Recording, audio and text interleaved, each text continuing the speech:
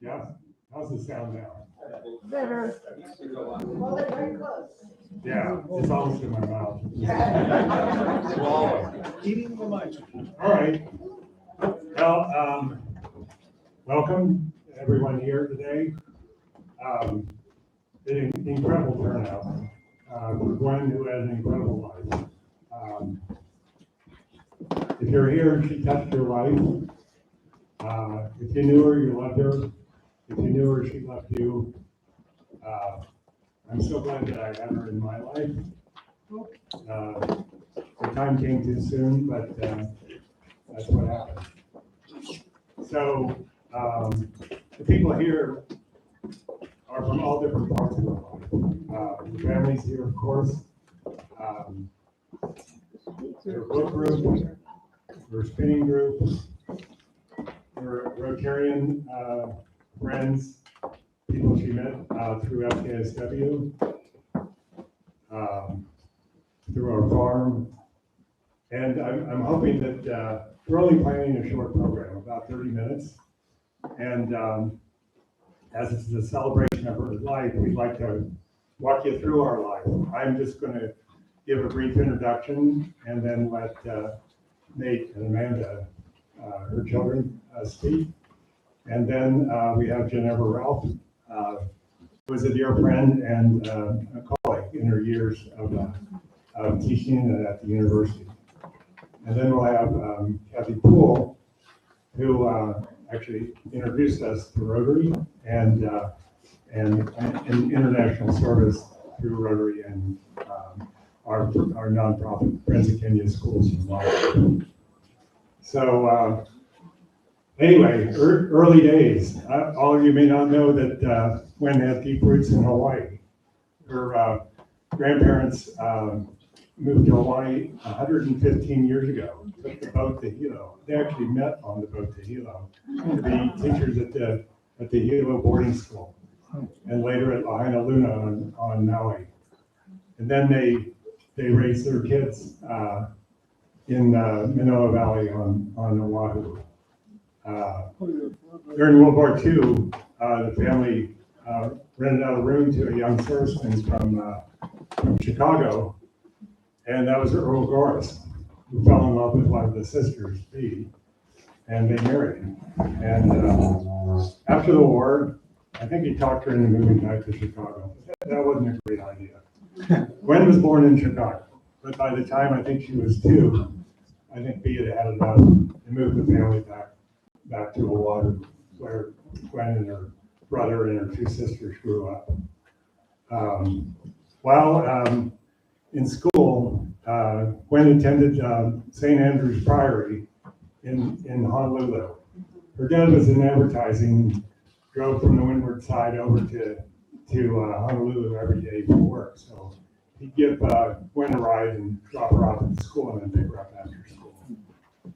So I would have been really pleased if some of her Hawaii classes were able to make it today, but they haven't. But we got a letter from our good friend Carol Ann Solian, who was a classmate of hers at St. Andrews and later as a freshman at the University of Wisconsin. Amanda would like to read a letter from Carol Ann to you.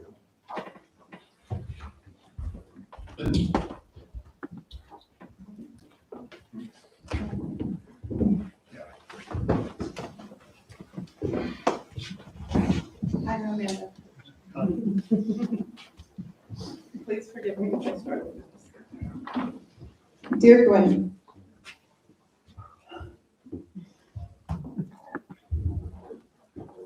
you've left me with loving memories from our days at St. Andrew's Priory. I remember you as the president of Companions of St. Andrew's Club. You decorated the Episcopal Cathedral's altar at Thanksgiving and visited patients at the Shriners Hospital for crippled children. Perhaps you started helping children?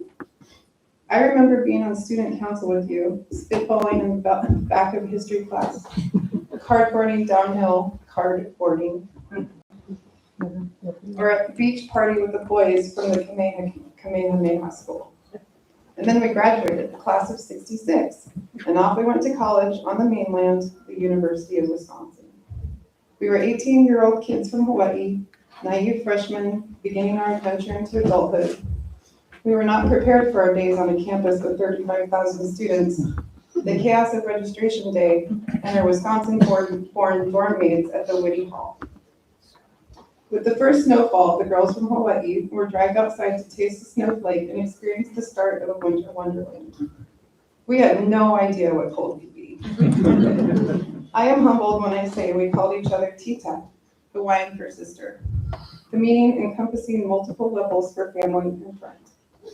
I will miss your laughter and gentle soul with a depth of sadness and heart full of aloha. Mahalo for gracing our world. Ahui hoi tita, aloha hoi Gwen. Goodbye, my sister. I love you. Carolyn. So now my brother is going to come and speak.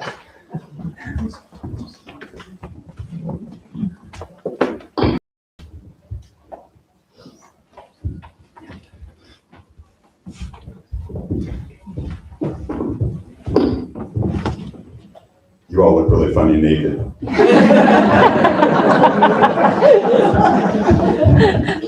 First of all, as John said, I just want to thank you all for coming.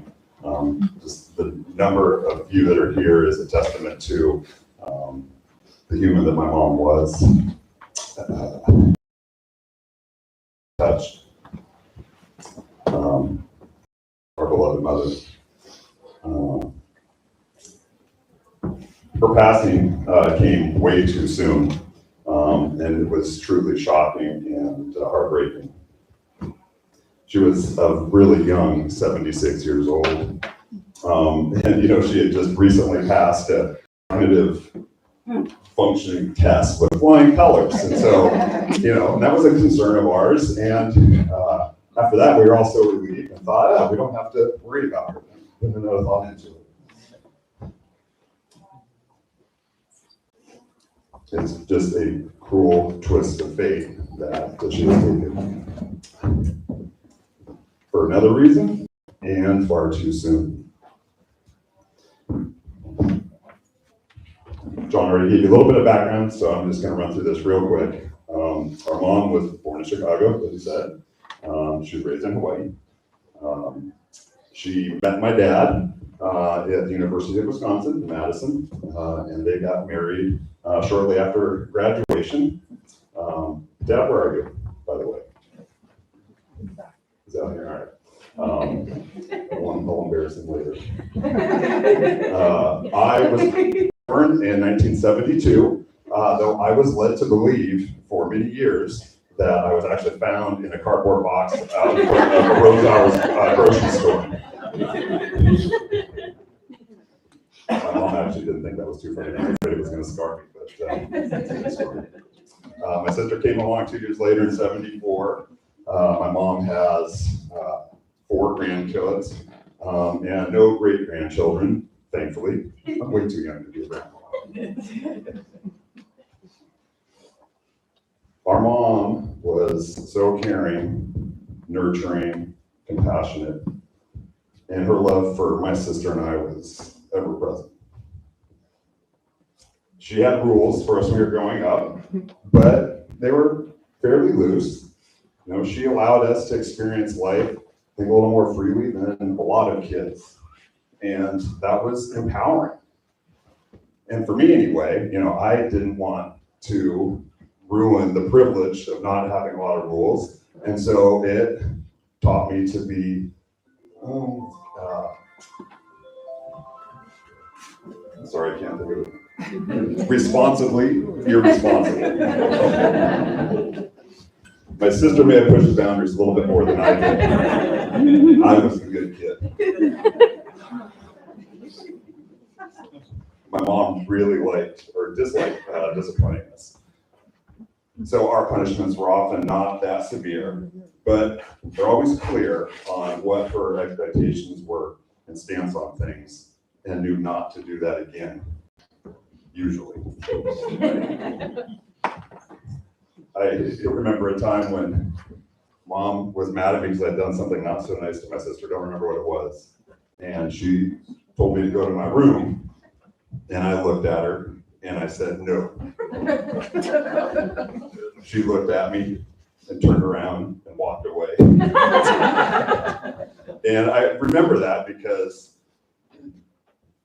I understood that what I'd done was wrong. And she knew that I think I knew and didn't need to push it any further. And she also told me a little bit later that she knew I was bigger than her, stronger than her, and that she couldn't make me do it. So good thing that was the first and last time I ever did anything bad. Mom and dad, of course, really allowed my sister and I to make our own decisions in a lot of ways, at a lot of stages of our life, and then live with the consequences of that, and never a heavy hand, unless, I mean, yes, occasionally there's a heavy hand, but generally was let us kind of figure things out, taught us how to problem solve, how to think things through, and then make our own decisions and live with it. And I think, the earliest memory I have of that is around 3 or 4, and it was Thanksgiving dinner, and my parents smoked then, and so they were smoking at Thanksgiving dinner right at the end. And there was my mom's cigarette just almost out. I picked it up and I took a puff. She would be mortified that I'm telling you this story. And I pulled another cigarette out of the pack, and she said, "Nathan, if you light that cigarette, you have to smoke the whole thing." So what did I do? I lit that cigarette.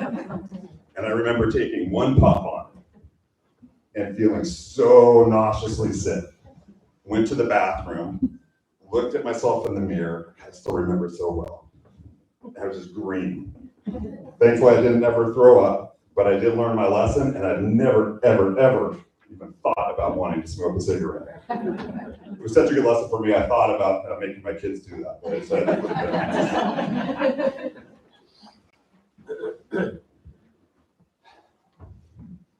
Mom was such a strong person.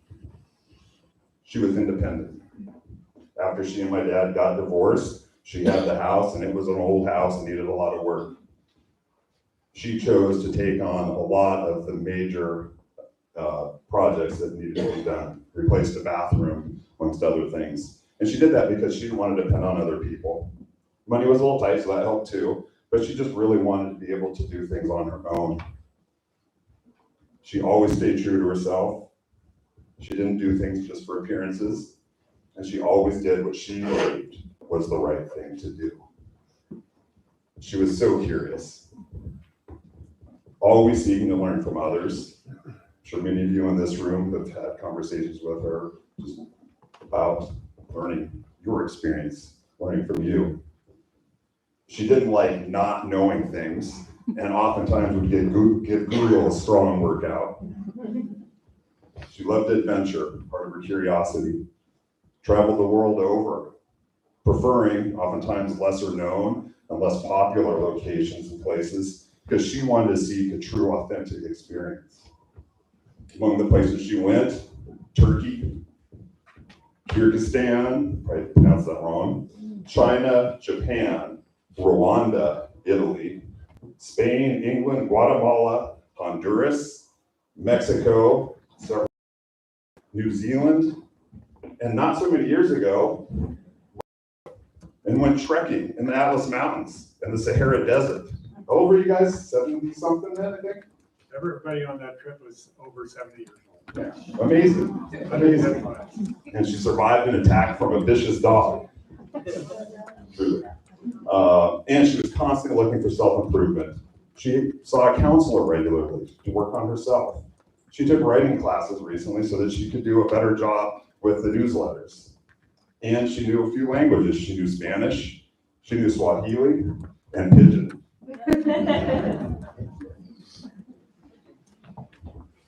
Mom's greatest gift, and I believe her legacy, was her lifelong dedication to helping lift people up and never pushing them down, with particular attention to the disadvantaged. She had a career in special education. She was active in Rotary for many years, volunteered at the local food bank, and of course, her amazing work with FKSW. She truly changed the trajectory of so many people's lives. And at the very least, she improved their day with her positive energy and spirit, her bright smile, her warm, welcoming eyes, and compassionate soul. What I cherish most and what I will miss the most is just my mom, our mom. The special human that she was. And I just love being with her, talking to her. Knew if I called a certain time in the morning, she'd still be in bed, drinking coffee, reading a book. I knew I could get her that window every morning. And I didn't call her frequently enough, but I did call her enough that I don't regret it. I loved just experiencing life with her, anticipating the next in-person visit or the next trip we would take. Gonna miss the family gatherings. She loved those so much. They often devolved into watching silly videos on YouTube and cringy games of Cards Against Humanity. So cringy. Again, Google got a strong workout whenever we played. And of course, the amazing food that she would prepare, and actually my sister as well. She was silly and playful. Remember at one of the family gatherings for Christmas, we handed out silly gifts, and she got the shake weight, and she loved that thing. It's still in her office. The trips to Hawaii, where I saw her at the most peace. And I was always so proud to be there with her because of the street cred that she had with the locals. Talking pigeon. We loved our visits to the farm, and we loved it when she and John would come and visit us in Bend after we moved there. She loved Bend, loved the high desert, and we loved sharing, having that mutual love for the place we lived, and introducing her, you guys, to the amazing community of friends that we have developed since being there. And of course, her accepting and even encouraging my selfish passion for skiing, and knowing that if she was going to visit during ski season, our visits were going to be limited to when the lifts weren't spinning. And of course, her love for proper grammar.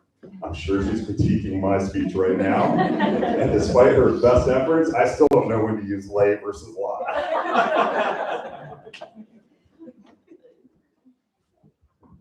I'm so proud of who our mom was, and I am so proud to be her son. I'm so grateful for her being the example of how to be a good human. I miss my mom. Thank you. Andy, would you like to say some words?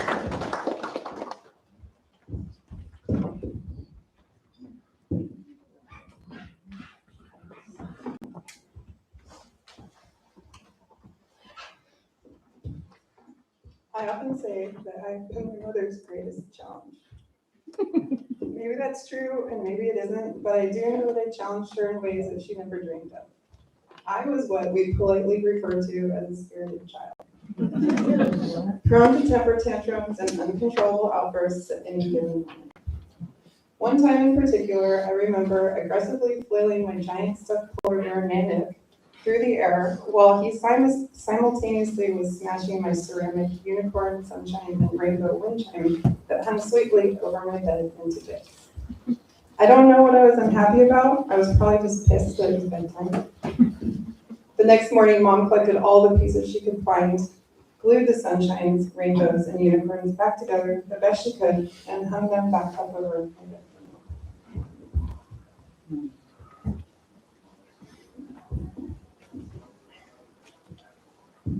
In my teenage years, I had crazy hair, bold colored lips, and very dark eye makeup.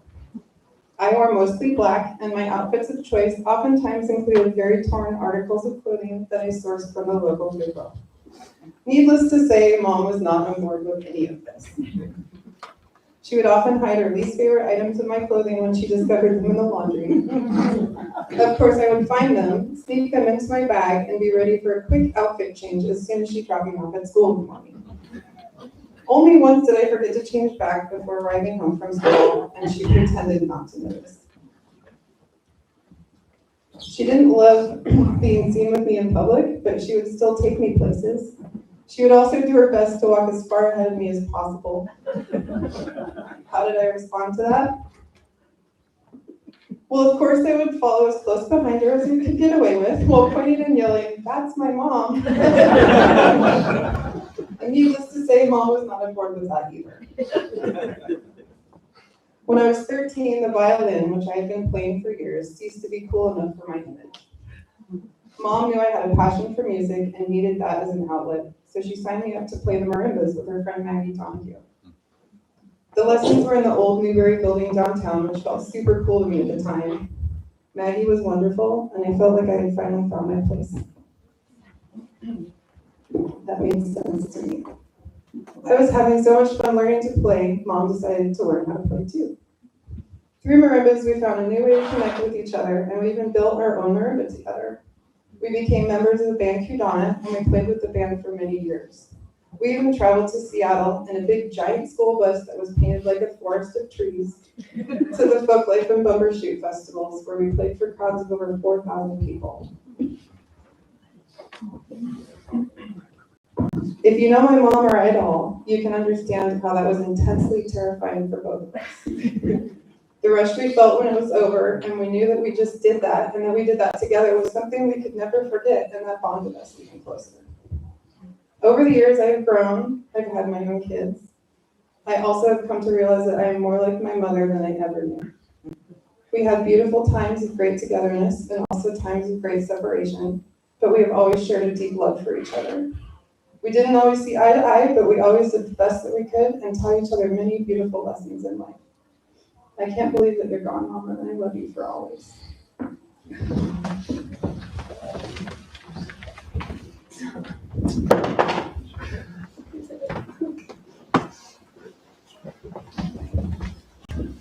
We only had her do that to prove that I was the good kid. I think at this point, we're ready to introduce and welcome Ginevra Ralph, whose class my mom started her career working with severely disabled kids.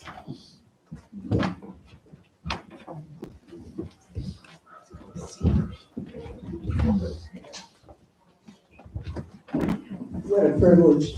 Thank you, John, for letting me say a few words, because I'm saying it on behalf of all of the folks here. In 1983, so you were 11 and you were 7? 83? Nine? Okay. Can't do the math. Gwen was an instructional assistant in Ann Todd's classroom, and that's where we first crossed paths. We both finished up our own teaching degrees, focusing on kids with the most profound cognitive and physical disabilities, and started teaching for the Lane Education Service District in area middle schools. She was at Thurston. I was over at Cal Young.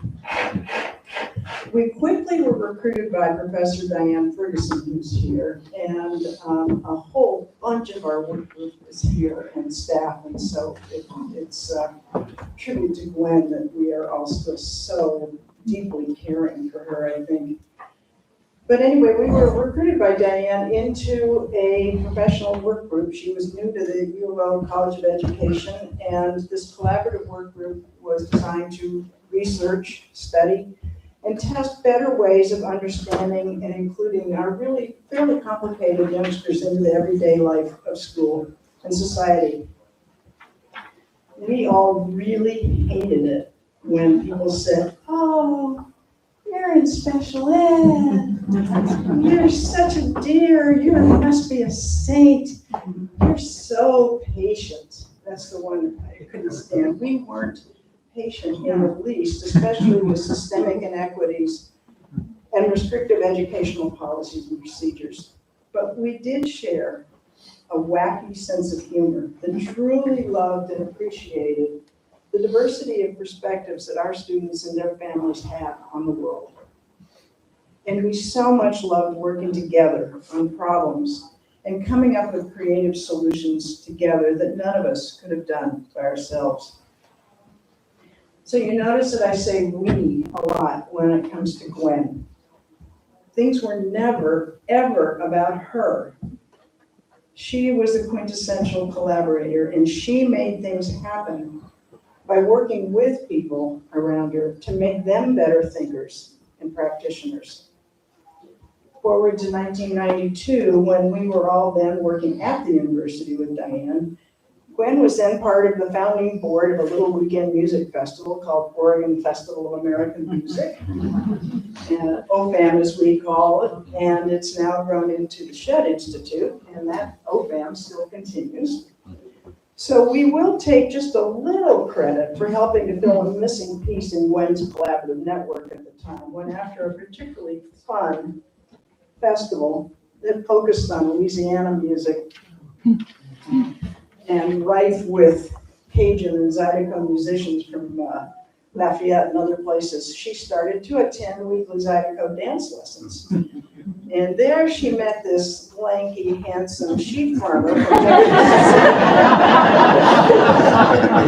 and the rest of that collaborative history is collaboration's history of it. So, now, my daughter Shannon, who was also in special ed with us, sends her love especially to you, Amanda. And she asked to make sure that to mention Gwen's involvement with marimba and Kadana. So solo marimba really doesn't sound very good. And there, once again, Gwen was part of a group that made great joy together. Amanda and Shannon made us grandmothers together too, so more great joy to share. And lastly, I want to get back to that patience thing. What Gwen taught me was to have patience with yourself, and particularly with your own personal thought process. Our team and Gwen was never patient when it came to advocating for others who were not receiving the support they needed to participate successfully in community life. And I would venture that that's both school and in Africa and anywhere she went. But she knew herself. And so many times when I impatiently wanted a quick answer from her on a problem, she wouldn't be pushed. She would demur, saying, I need more time to think about that. I don't make quick decisions. And she always said it with that gorgeous smile. And then she would come up with a great, confident answer. So for her presence, her way of being, I will miss her for all that she brought to our world through creating, working, and playing together. And now it's my pleasure to give you Kathy Poole, who I think will continue. There's a little theme going on here about community service, about working together, about making the world a better place.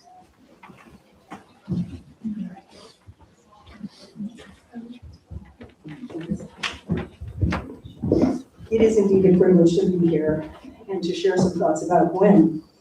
So I don't know how many kids there are in Kenya named Gwen and Meyer, but I know that there are a lot. It's a pretty remarkable and lasting reminder of the depth of Gwen's impact on families in Kenya. Through her work with the organization she and John founded in 2003, Friends of Kenya Schools of Wildlife. Many mamas and fathers chose to name their children after Gwen. This is how important she has been in the lives of so many. So I had the good fortune of traveling with Gwen and John to Kenya on 2 occasions. And it was a joy to see Gwen in her element. I can appreciate what Ginevra has said about working with Gwen and being in her presence when she's in her element. Her gentle and humble approach and genuine interest in kids and families. Her ability to put mamas and children at ease when she met them at school. Gwen was masterful at what she did. Compassionate, caring, loving, dedicated, dear friend, and adopted mother to many kids and to many Maasai mamas and many people in Kenya. Kids called her Mom Gwen, and when we arrived in the community of Karuna, the women of the Karuna Women's Group sang long and loud, eagerly welcoming their mother Gwen back home with them again. I was so surprised when I heard them calling her mother. I thought, gosh, I think some of these women could be your mother. But what a fitting term of endearment for one who has become a beloved member of so many families and communities in Kenya. So I met Gwen and John in 2004 at International Coffee Hour at the University of Oregon. We instantly hit it off. I discovered Gwen's and John's passion for their relatively new work in Kenya, and I was keen to learn more. We chatted over coffee that day, and this was the start of an enduring friendship over the past 20 years. Gwen and John have given much, not only through their work in Kenya and FKSW, but also through their dedication to Rotary, which you've already heard about a couple of times. But this is an organization in which they've both been active for years. I'll miss coffee at Cafe Perugino with Gwen to hear about her latest trip to Kenya. She always returned home, filled with renewed energy and ready to tell the stories of her new Kenyan children. Which family and which village needed extra assistance, and which new projects they were preparing to launch. A new classroom in one village, a new community garden in another. A student who had been accepted to the university after years of FKSW support, or a student returning from university to mentor and support kids in their community to continue their education. Gwen always looked beyond the surface to find out how she could help if a child wasn't doing well at school. Was there a health concern? Or was there some other issue at home with which FKSW could help? There are countless ways in which Gwen and John and their Kenyan partners build lasting relationships in communities where they have worked, based on compassion and trust for the ultimate benefit of all. So I am grateful to have traveled twice to Kenya with Gwen and John, to have met Samuel Mhunyo, and visited the 5 communities in Danyo Sadai, Kachuru, Kokwa, Kiripati, and Karuna, where Gwen and John have worked with their Kenyan partners for these 20 years. More than 20 years, actually. Lucy Mathengi, John Manene, and the organization NACOFA, the Network for Eco-Farming in Africa, and Terra Madre, and all the campus community members, mamas, parents, teachers, and kids with whom they have met every year, share in our collective loss. We will surely miss you, Gwen. So I also have the opportunity to share with you a letter from Lucy in Kenya, representing NACOFA, this Network for Eco-Farming in Africa, and the partner with FKSW and John and Gwen. Unfortunately, Lucy and John Manene were planning to come and be here with us in person, but they were unable to get visas to be able to be here. So they sent this message. So NACOFA and FKSW have been in partnership since 2008. The 2 organizations work towards supporting rural and marginalized communities in Kenya, as you all know, focusing on education for needy children, community and livelihood support, water and sanitation, and many other activities. Lucy says, on behalf of the board of directors, staff, community members, we wish to express our heartfelt condolence to Gwen's husband, children, family, friends, and colleagues. Gwen Meyer was a special lady with a golden heart that we will all miss and cherish the moments we had together. Gwen has been a special person in the hearts of communities from Danyo Sadai, Kachuru, Kokwa, Kiripati, and Karuna, among many other people she interacted with during her work in Kenya, including the direct humanitarian support she gave to many people during post-election violence in Kenya in 2007 and 2008. Now, I suspect there are many people here who won't be familiar with this, but it was a very traumatic and difficult time in Kenya. And Gwen chose to extend her stay for 3 months and worked with Samuel on post-election violence, working with internally displaced communities in Kenya. An impressive thing to do at a very difficult time. Again, another reflection of Gwen's compassion and her desire to help folks in need. So again, from Lucy, community members here in Kenya were deeply saddened by the news of Gwen's passing, especially because it had only been a few weeks since her most recent visit. Little did we know it would be her last. We assured the communities that we will carry on Gwen's legacy to our best. They have asked how they can participate in celebrating her life and give their support, regardless of how small their participation might be. We all had high hopes that Lucy and John would be able to represent them during the memorial service in Oregon, but unfortunately, neither John nor Lucy was able to secure a visa, as we said. So we,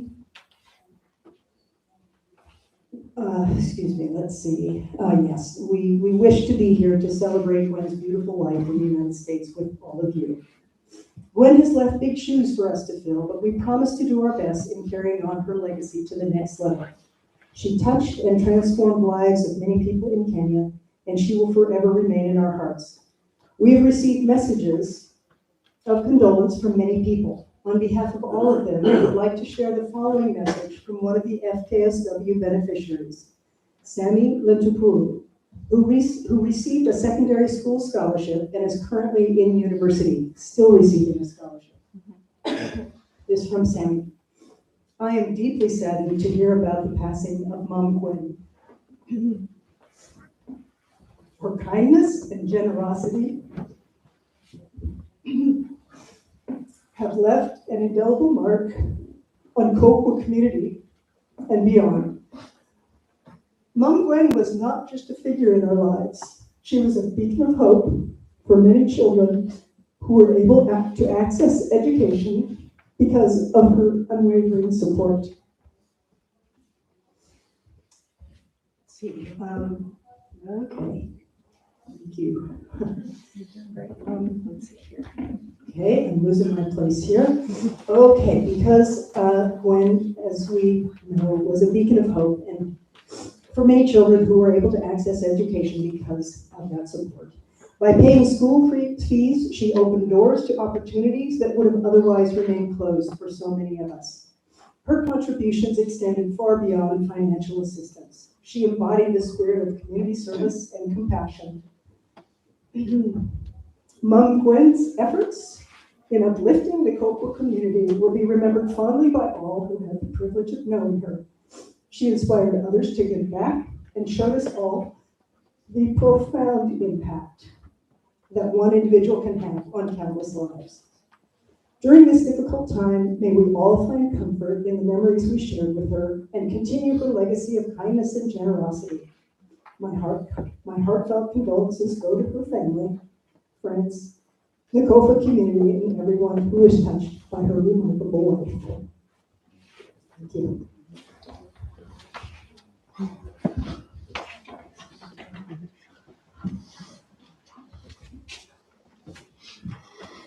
Yeah, we do like reading that poem.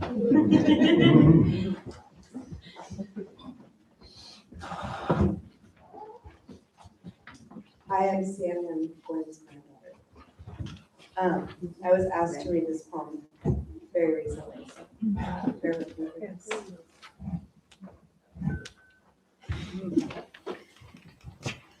Do not stand at my grave and weep. I am not there. I do not sleep. I am 1,000 winds that blow. I am the softly falling snow. I am the gentle showers of rain. I am the fields of ripening grain. I am in the morning hush. I am in the graceful rush of beautiful birds in circling flight. I am the star that shines bright. I am in the flowers that bloom. I am in a quiet room.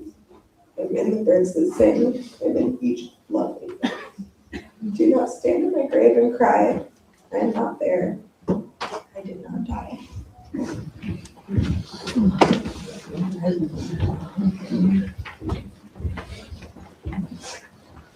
that concludes the formal part of our program, and we intentionally left a good hour and a half for you all, her friends, to and family, to mingle with each other.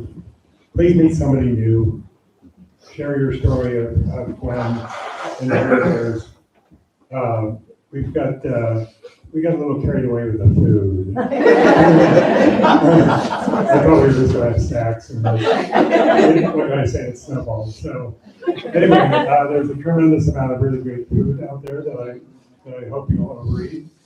And thank you again so much for coming here today. And we did live stream this program for our friends in Kenya and for people in the U.S. and elsewhere who weren't able to make it today. So thank you for joining us as well. And as we say in Kenya, karibu and kwaheri. Thank you.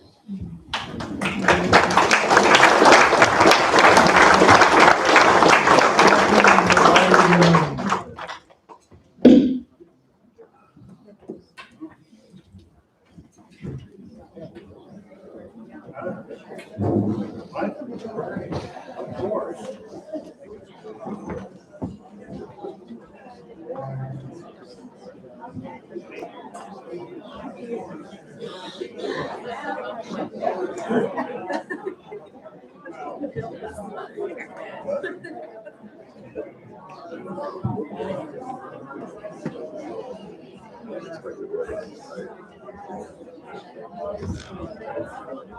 Still on? Hello, John, Nene, Lucy.